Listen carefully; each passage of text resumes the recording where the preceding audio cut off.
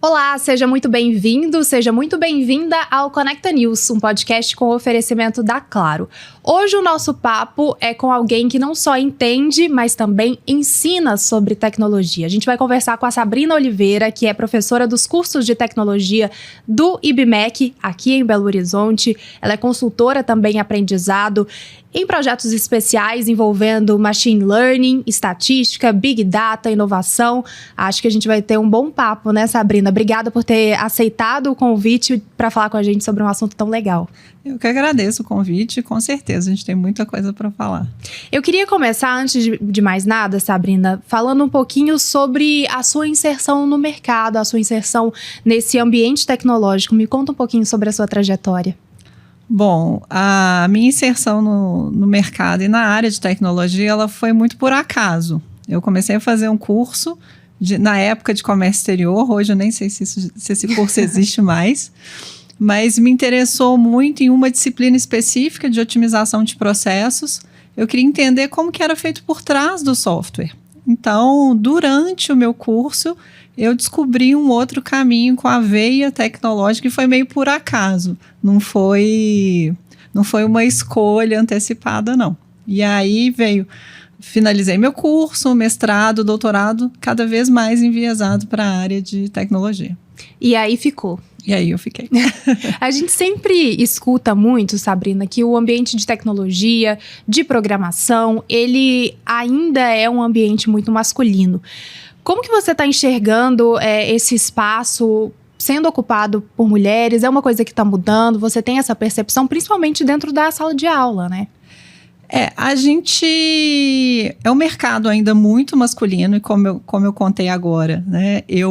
A minha inserção foi por acaso, muito de não me identificar e não perceber que eu caberia ali. Então, às vezes, o que eu percebo em algumas atividades com escolas é que as meninas nem sequer cogitam isso nem passa pela cabeça delas.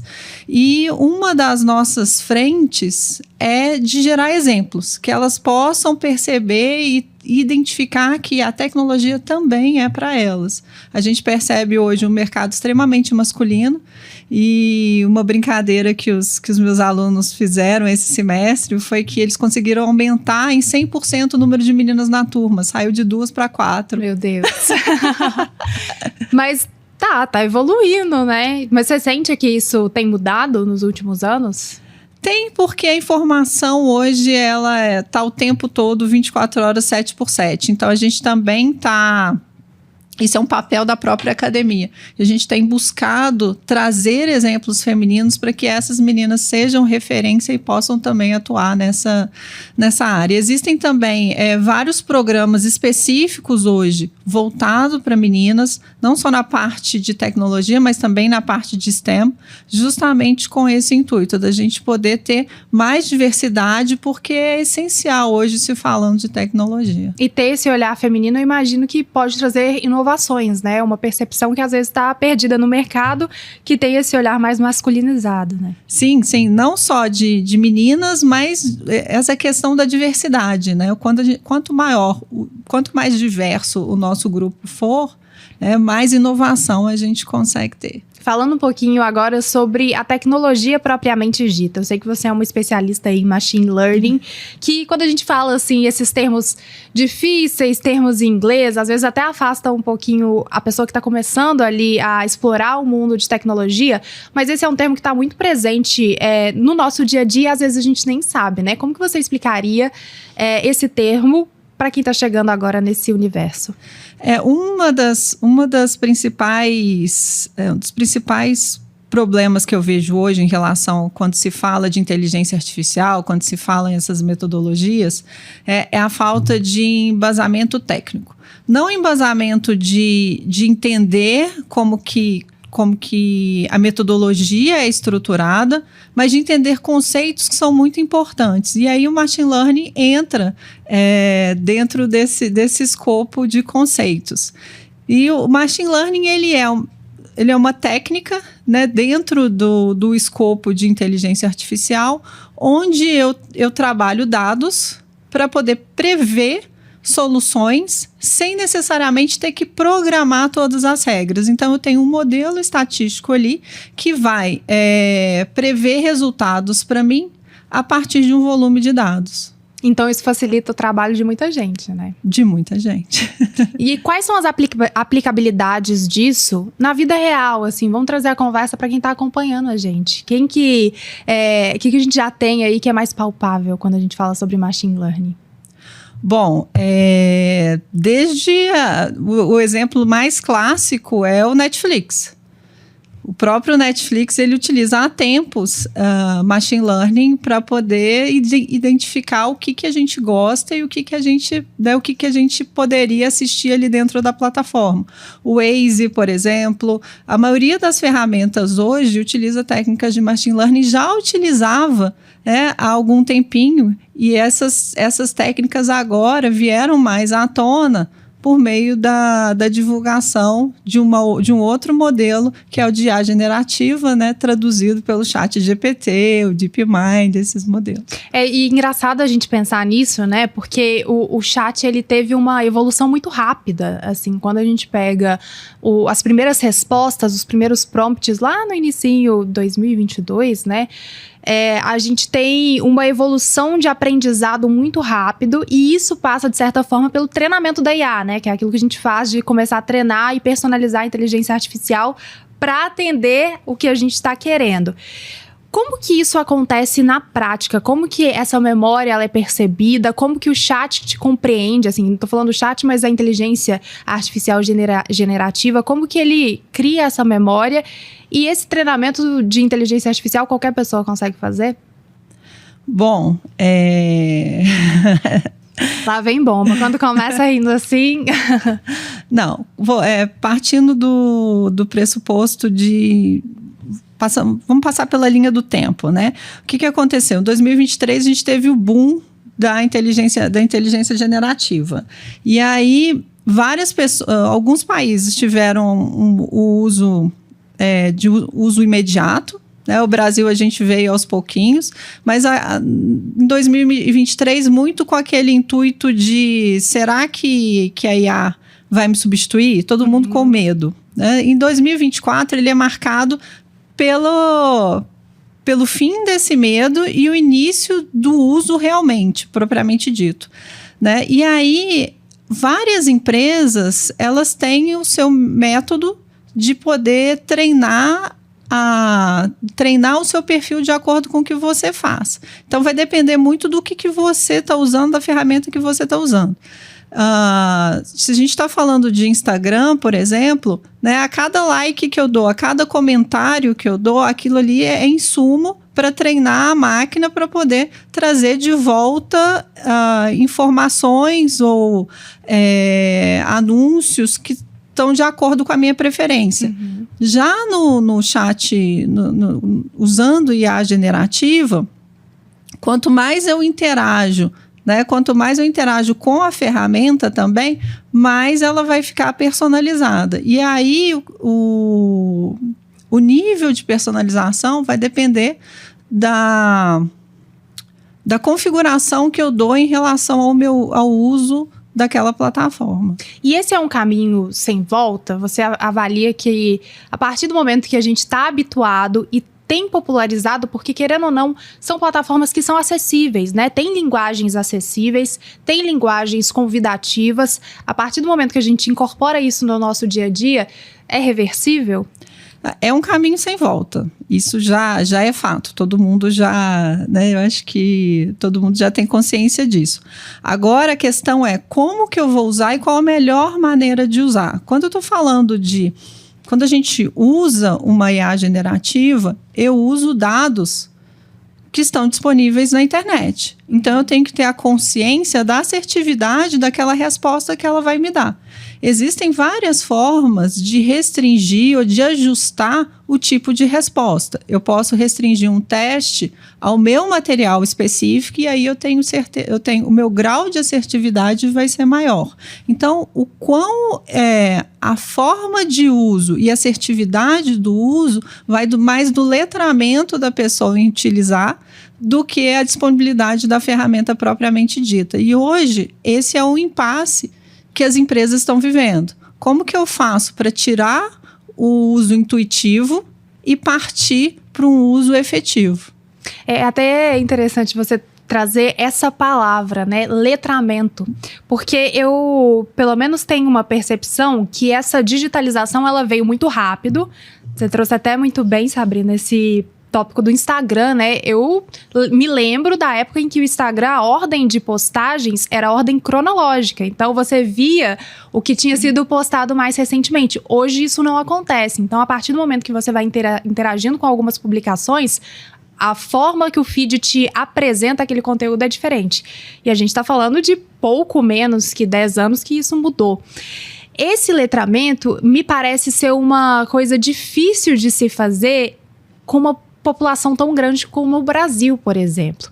E aí a gente acaba vendo a inteligência artificial entrando naqueles delírios, por exemplo, que é o que a gente acha engraçado quando a inteligência artificial apresenta soluções um pouco delirantes, mas que passa justamente por conta disso que você falou, né? Por esse espaço de preparação da IA, porque ela só vai te devolver o que você pediu, né? Sim, e aí isso tem um fato muito importante quando a gente fala de delírio de IA, e é que se a principal fonte da IA é a internet. Uhum. Qualquer um coloca qualquer coisa na internet. Então, se eu só coloco lixo, a IA vai devolver lixo. Então, a gente tem que... O grau de assertividade vai depender da fonte que ela vai pesquisar e que ela vai analisar para te devolver a resposta. Então, se eu não tenho uma visão crítica daquilo ali, com certeza eu vou levar esses delírios para frente. A gente já viu alguns casos, inclusive, né, casos que foram para a justiça relacionados a delírios de IA. Esses delírios são... é engraçado quando acontecem umas coisas meio assim, mas é exatamente ter esse tom crítico, né? De perceber quando que a IA pode, vai e muito provavelmente vai acontecer com frequência de errar. O ideal é que isso não aconteça, mas pode acontecer, né? Então ter esse discernimento de fazer essa distinção. Sim, e aí em relação ao letramento que você comentou, a gente pode usar a própria tecnologia. Uhum. Por quê? A IA hoje, ela só é possível, ela existe desde a década de 50 e hoje ela só é possível devido a três coisas, três pilares, isso. Uhum. Dados, poder computacional e os modelos. Então, como eu tenho modelos, né, o modelo de rede neural, por exemplo, né, que é a grande base das IA generativas, e o volume de dados que eu gero, que todo mundo gera 24 horas por dia, e essa capacidade de processamento fazem com que a gente consiga fazer com que a IA generativa seja possível de ser utilizada. Então, ao mesmo tempo, se eu estou disponibilizando esses dados 24 horas por dia, eu também posso usar essa própria possibilidade para poder difundir o uso assertivo e difundir esse letramento de IA. E você avalia que a inteligência artificial, esse acesso à tecnologia que antes parecia muito distante, está mais acessível? Tá muito mais acessível. E ele vai ser cada vez mais acessível. Eu acho que ele caminha muito da mesma forma que a internet, por exemplo. Grandes empresas tinham acesso à internet, depois a gente já começou a ter acesso dentro de casa e agora na rua, qualquer lugar a gente tem, né? Não qualquer lugar, mas assim, nas grandes cidades, nos grandes centros, o acesso é muito fácil. A mesma coisa vai acontecer com a IA. E a partir dessa acessibilidade, né, eu acho que você até mencionou um ponto sobre o grande medo da inteligência artificial aparecer um ciborgue na porta do seu emprego e roubar o seu emprego. A gente já superou esse debate? Ou, pelo menos, a gente está vendo esse debate com um outro olhar. Se for para substituir, vai substituir funções repetitivas, exaustivas. Essa mentalidade, você acha que está acompanhando as mudanças da tecnologia ou ainda não? O grande problema dessa mudança, o grande desafio dessa mudança é que as funções operacionais elas vão ser extintas. A gente vai falar cada vez mais de criatividade, de soft skills, porque a IA vai precisar dessa heterogeneidade de pessoas pensantes. Então, aqueles trabalhos que eram repetitivos, que eram estritamente operacionais, eles já estão sendo extinguidos. Então, empresas que tinham andares inteiros de call center já foram extintos, isso já não existe mais. Antes a gente tinha aquela ânsia de conversar com um bot, né, porque a gente percebia que era uma máquina, que era um software, isso já não existe mais. Já ganhou uma empatia do outro lado, né, de quem está usando esse tipo de ferramenta. Então, são profissões que vão ser extintas, mas ao mesmo tempo outras surgem. Os desafios são outros. E mesmo assim não dá pra gente separar capital humano de capital tecnológico, né? Porque querendo ou não, para botar a máquina para funcionar, precisa de uma pessoa. Por enquanto, precisa de uma pessoa. Essa é a perspectiva para o futuro? A gente já está falando de agentes autônomos. Então, a gente deixa agora a IA como nosso copiloto, né? Ou então como um assistente. E ele passa a conseguir agir a partir das informações que ele tem. Então, ele começa a tomar decisões. E isso... seria propriamente de um ser humano e a gente já está passando para IA. Vamos mudar de assunto. Não, eu acho que é interessante a gente trazer isso, porque, bom, pelo menos uma perspectiva pessoal. Eu amo falar sobre tecnologia, eu adoro esse tema, mas eu sinto essa dificuldade, pelo menos culturalmente, da gente aceitar uma IA tomando decisões importantes. Eu acho que como auxiliadora, hoje a gente já tem isso muito bem formado. Mas no processo de decisão, acho que a gente vai precisar de mudar muito a mentalidade ainda. Sim, é um caminho que ainda está em percurso, mas ele está aí. A gente tem que ficar atento. Porque ele já está sendo trilhado. Vamos falar agora sobre preparação para esse mundo tecnológico. Eu queria te escutar um pouquinho mais, Sabrina, quanto à formação dessas pessoas que estão chegando agora, que estão buscando conhecimento, que estão procurando, no seu caso, com a experiência no IBMEC de Belo Horizonte. Essa procura tem aumentado e o que essas pessoas que estão buscando cursos na área de tecnologia têm procurado?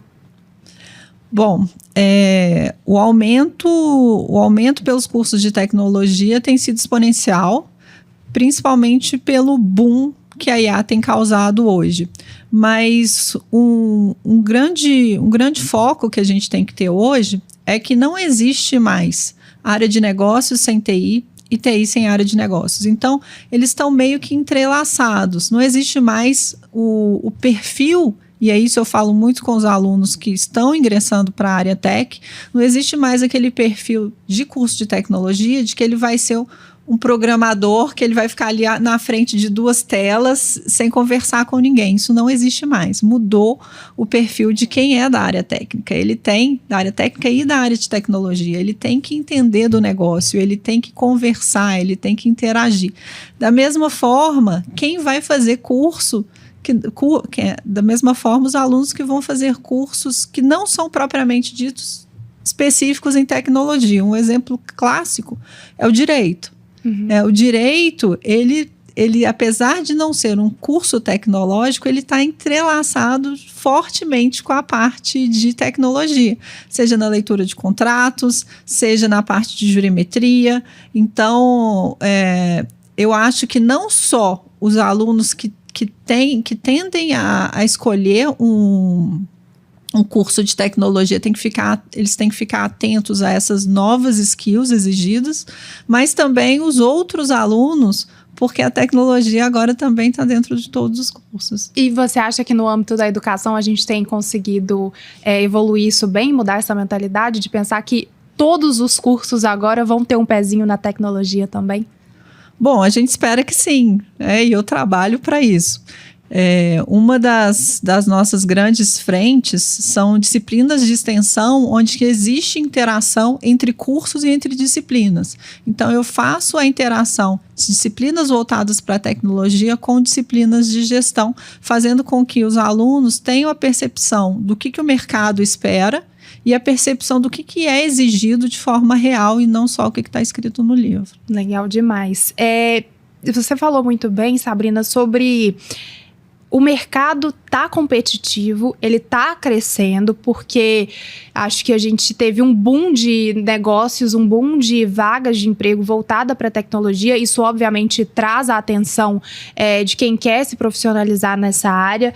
Mas entre os alunos que se destacam, depois a gente pode falar sobre o profissional, mas entre os alunos que se destacam nessa área, o que costuma fazer a diferença nessa trajetória educacional deles? É um domínio técnico que vem previamente ou que consegue ser aprendido dentro do ensino superior? Visão crítica, projeto pessoal, o que o ouvinte, o telespectador que está acompanhando a gente, que quer entrar nessa área, que quer procurar um curso formalizante, precisa ter também? Vai muito de encontro com o que eu acabei de falar, que é não só a parte técnica você aprende dentro da escola, né? Mas também a parte de soft skills, que a gente também tem buscado levar isso para a escola. Ele conseguir não só desenvolver soluções, mas desenvolver soluções que façam sentido no mundo real, não só resolver exercícios de livro, então participar de projetos que são voltados para soluções de problemas reais, certificações. Hoje em dia existem várias grandes players em tecnologia que disponibilizam ferramentas que são essenciais no mercado, como a AWS, a Google Cloud. Então, fazer certificações para que você tenha o aval também dessas Big Techs e não só da faculdade, da universidade. E interação, porque hoje todo mundo tem que trabalhar em equipe. Então, se você consegue interagir com as outras pessoas, já é também uma boa parte do caminho andado ali. Você falou sobre um ponto importante, que são as certificações. Me parece, pelo menos é uma visão pessoal, que esse é um espaço em que há muita informalidade. Pessoas que são autodidatas, que aprendem sozinhas, trilham espaços alternativos, o que é super válido. A gente tem diversos casos de empreendedorismo que deram certo justamente por essa veia empreendedora e essa veia de autodidata para poder começar a empreender. Mas eu acredito muito que essa formalização, que esse processo de educação, seja dentro de uma instituição de ensino ou talvez procurando um curso profissionalizante, ele é genuinamente importante. Acho que você não vai discordar de mim nesse sentido, sendo professora, mas eu queria te ouvir exatamente sobre a importância de ter esse background, esse certificado que atesta ali tudo que você aprendeu, né? Ele é cada vez mais importante porque à medida que o nível de tecnologia vai sendo... Como que eu vou explicar? À medida que a gente vai tendo acesso a mais ferramentas de tecnologia, elas vão ficando cada vez mais inteligentes, o nosso nível de conhecimento vai ficando cada vez mais medíocre. E eu fico refém do que aquela ferramenta disponibiliza para mim. Se eu faço um curso de certificação, eu tenho um entendimento daquela ferramenta, mas eu não tenho a base. Eu não tenho a minha visão crítica profunda em relação àquilo que eu estou fazendo. A universidade e os cursos, a universidade e os bacharelados, por exemplo, eles vêm para dar essa base. A gente fala eu brinco que nunca foi tão importante em um mundo tão tecnológico as disciplinas de base. Cálculo, estatística, programação básica. Não pelo fato de você desenvolver aquilo que está sendo estudado, mas sim gerar uma visão crítica, um embasamento teórico sobre aquilo ali quando você vai fazer um projeto. Então, às vezes eu vejo em alguns projetos aplicados alunos trazendo milhões de gráficos, milhões de análises, e aí quando você pergunta, mas por que você fez esse gráfico? Por que você está fazendo essa correlação? Ele não sabe te falar por quê. E isso vem da falta de base. Então, uma grande tendência é se destacar quem tem a melhor visão crítica em relação àquilo que está utilizando. E até passando por essas soft skills que você falou, né? Sim. Ter um projeto que não é só número, porque eu acredito que pelo menos o que apega e o que traz esse sentimento de conforto em algumas inteligências artificiais, em algumas tecnologias, é justamente esse caráter de pessoal, né? Sim, justamente a visão crítica. Por que eu estou usando aquilo ali e o que eu vou fazer com isso? Então, antes a gente tinha muito a dificuldade de ter um insumo. Hoje ele está aqui na minha mão e em poucos segundos. Mas o que eu vou fazer com isso? E eu não posso deixar na mão de uma tecnologia para definir, né, qual que vai ser a minha tomada de decisão como um gestor de uma grande empresa. Legal demais. Para quem está entrando aí nesse ramo agora, está querendo empreender, está querendo começar a aprender um pouco mais sobre tecnologia, quais são as áreas que estão mais aquecidas e o que vale estudar com mais atenção? Bom, áreas que estão muito aquecidas hoje são todas que vinculam tecnologia. Então, para quem gosta, eu brinco que quem faz ciência de dados, por exemplo, faz 2 cursos ao mesmo tempo. Você faz o curso voltado para a área de ciência de dados, mas ao mesmo tempo você escolhe a aplicação. Se você quer aplicar na engenharia, se você quer aplicar na arquitetura, se você quer aplicar até na medicina. A tecnologia tem dado essa possibilidade. Ao mesmo tempo, como existe esse viés tech nos outros cursos também, isso possibilita você também ser um profissional de outra área, mas com um enfoque na tecnologia. E também pensar que essa inovação digital, essa inovação tecnológica não está voltada só para as big techs, né? Porque acho que no imaginário popular cria-se essa ideia de que apenas Google vai ter uma questão tecnológica. Não, é um empreendimento, uma loja pode trazer essa questão tecnológica e funcionar super bem e ter retornos muito lucrativos, né? Sim, ela está cada vez mais acessível e a tendência é que ela se popularize cada vez mais. Isso falando em comércio, serviço, saúde. Em tudo. Sabrina, para a gente poder fechar, eu queria te ouvir um pouquinho.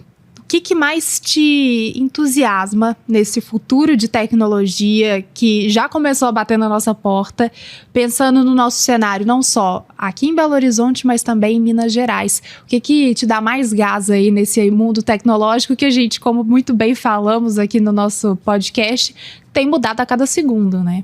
Sim, o que mais me fascina é o poder de amplitude que ela dá. Então, ela te traz, ela torna possível vários processos que não eram possíveis antes. Então, a abrangência dela é maior, ela cada vez é mais acessível.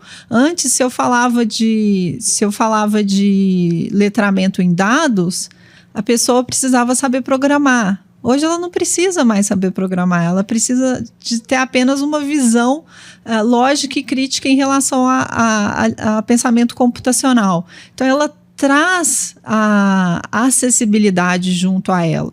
Agora, não dá para deixar de falar que ela também gera ansiedade. Porque, igual você falou, a gente dorme com uma tecnologia e acorda com outra.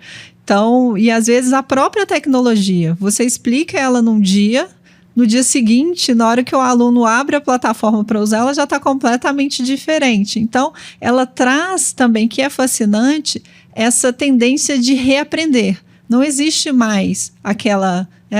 não só a nossa carreira, mas em relação aos usos de ferramentas, eu não posso mais falar que eu sou um especialista numa determinada ferramenta, porque amanhã ela já não existe mais. Então, existe essa questão do lifelong learning que é fascinante. Então, a gente está todo dia aprendendo um pouquinho e de uma forma diferente. Uma profissionalização eterna. Contínua. Né?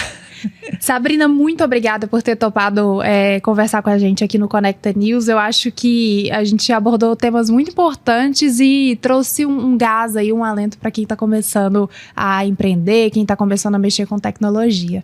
Eu que agradeço, espero que sirva de inspiração para muitas pessoas e para muitas meninas também. Com certeza, eu acho que a gente trazer bons exemplos pode fazer com que a sala de aula triplique o número de alunas. Com certeza. Esse foi o Conecta News, um podcast com oferecimento da Claro. Hoje eu conversei com a professora do IMMEC de Belo Horizonte, Sabrina Oliveira.